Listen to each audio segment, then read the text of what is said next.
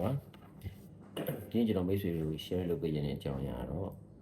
ကျွန်တော်တို့ Microsoft 365ထဲမှာအခုဆိုရင်ဒီ Copilot ပေါ့နော်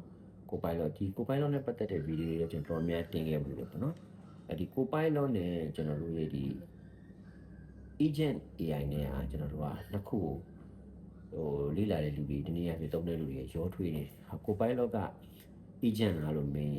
Agent AI လားလို့မင်းမဟုတ်ဘူးပေါ့နော်အဓိက Copilot ကဘာလုပ်ပေးရတယ်ဆိုကျွန်တော်တို့ကို assist လုပ်ပေးတယ်ကျွန်တော်တို့ကဘာနဲ့တူလဲဆိုရင်ဒီ pilot ကစကားလုံးတိုင်းပဲတော့ Copilot ကျွန်တော်တို့ရဲ့ assist လုပ်ပေးရဲ့ AI assist ကိုကျွန်တော်တို့ Copilot လို့ခေါ်တယ်ဒါပေမဲ့ဘုန်းကကျွန်တော်ပြောနေတဲ့ AI နဲ့ပတ်သက်တဲ့ Agent AI ကြတော့ကျွန်တော်တို့က Copilot နဲ့မတူဘဲနဲ့ကြတော့သူကကြတော့ကျွန်တော်တို့ရဲ့ကိုစားလုပ်ပေးတယ်ကျွန်တော်တို့လုံးဝကိုလုပ်ပေးတဲ့သူကိုကြတော့ကျွန်တော်တို့က Agent တနည်းအားဖြင့် Agent AI လို့ခေါ်တယ်ဒီကောင်းစဉ်နဲ့ပတ်သက်ပြီးတော့အကျေကိုတော့ကျွန်တော်လာမဲ့ဒီဂျွန်ကြပြီဆိုရင်တော့ကျွန်တော် seminar ပေါ့နော် event လေးကျွန်တော်တခုပြောဖို့ရှိတယ်အဲ့မှာတော့ကျွန်တော်အသေးသေးရှင်းပြမယ်မိတ်ဆွေတို့ဒီနေ့ဗီဒီယိုမှာတော့မှတ်ဖို့လိုတာက Copilot နဲ့ Agent AI နဲ့တူလားလို့မတူလွယ်လွယ်ကူနားလည်မှုပြောမယ်ဆိုခဲ့ရင်တော့ကျွန်တော်တို့ကပြောတယ် Copilot ဒီတော့ကျွန်တော်တို့ရဲ့ assistant ဖြစ်တယ်ကျွန်တော်တို့က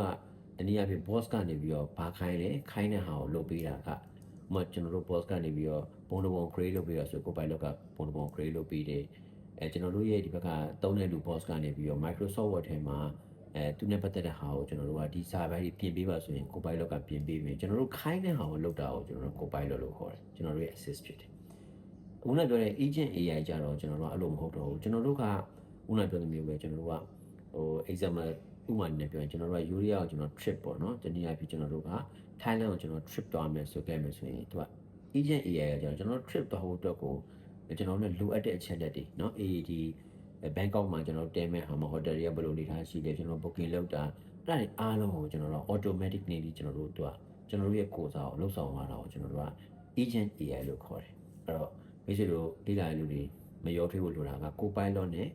Agent AI နဲ့တူလားလို့မတူဘူး꿰ကြတယ် Copilot ကကျွန်တော်တို့ assist လုပ်ပေးတာကို Copilot လို့ခေါ်ပြီးတော့ကျွန်တော်တို့ကိုယ်စားတနည်းအားဖြင့် boss တယောက်ကဲသူလုပ်နိုင်တဲ့ဟာကိုကျွန်တော်တို့က Agent AI လို့ခေါ်တယ်ဒါလေးကမတူခြင်းကိုကျွန်တော်ရှင်းပြခြင်းဖြစ်တယ်အဲ့တော့ Copilot ဒီကျွန်တော်တို့ရဲ့လုပ်ငန်းစာကိုကျွန်တော်တို့ခိုင်းမှလုပ်တဲ့ဟာကို Copilot